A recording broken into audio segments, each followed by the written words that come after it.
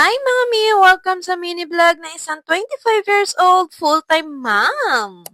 Medyo matagal-tagal nga akong hindi nakapag-mini vlog mga Mi simula nung lumipat nga kami dito sa bagong bahay. Medyo maraming ganip nga mga Mi na hindi ko kayo nasama tulad na lang nung paglipat namin dito sa bagong bahay at nung pag-play school ni Bibab. Pero ngayon nga mga Mi, sisikapin ng babae na to na makapag-upload araw-araw para wala kayong mamiss na ganap namin sa buhay at para hindi nyo na kami mamiss ni Bibab. At ganito na nga yung routine namin ni Bibab mga Mi. Pagkatapos namin mag-almusal, diretso na nga kami dito sa labas para magpapawis ng konti. May chika ko nga lang sa inyo mga Mi, magdadalawang taon pa lang yan si Bibab pero nakakadalawang bike na din yan. Dahil ang trip ng batang to mga Mi, akyat manaog sa gutter ang bike niya kaya naman mabilis nasira yung una niyang bike. At dito sa subdivision namin mga Mi, merong area na wala pang gaanong tao at wala din gaanong dumadaan na sasakyan kaya masarap pumunta dito. At dito nga ang tambayan namin ni Bibab kapag ganito nagpapaaraw at naglalakad-lakad kami.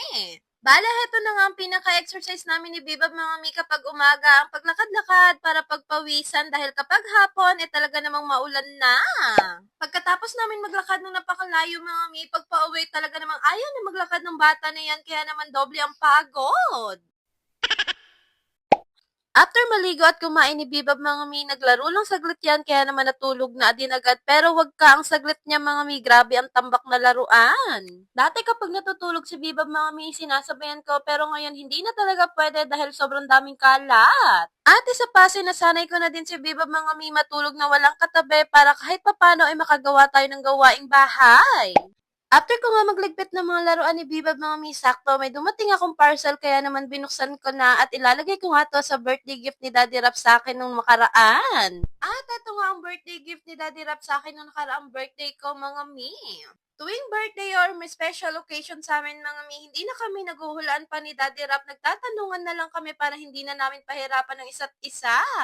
Sa online na nga lang ako bumili ng Gibits mga Mi para mura at 6 pesos nga lang pero kapag doon sa mismong store 4.99 ang isa at heto nga yung napili ko mga Mi, bali pangalan ni Bibab at pangalan ni Daddy Rap. At bilang isang ulirang ina mga Mi, habang natutulog si Bibab naglalaban na din ako at dito na din ako naglalabas sa taas mga Mi para kapag gumising siya mabilis ko siyang makita agad. At habang nakasalang ang labahin sa taas mga Mi, kinuha ko na nga din itong mga nakasampay ko dahil ganyan ang babae na yan. Kung kailan maglalaba tsaka lang din magtutupi ng mga nilabhan nakaraan. Hindi pa nga ako nangangalahati sa labahin ko mga Mi, pero itong si Bibab nagising na dahil alam niya kapag wala siyang katabi, saglit lang ang tulog niya mga Mi. At yun lang muna ang mini vlog natin for today's video mga Mi dahil masyado na mahaba ang 3 minutes na vlog na to. Bukas ulit, salamat sa paglantaw, bye bye!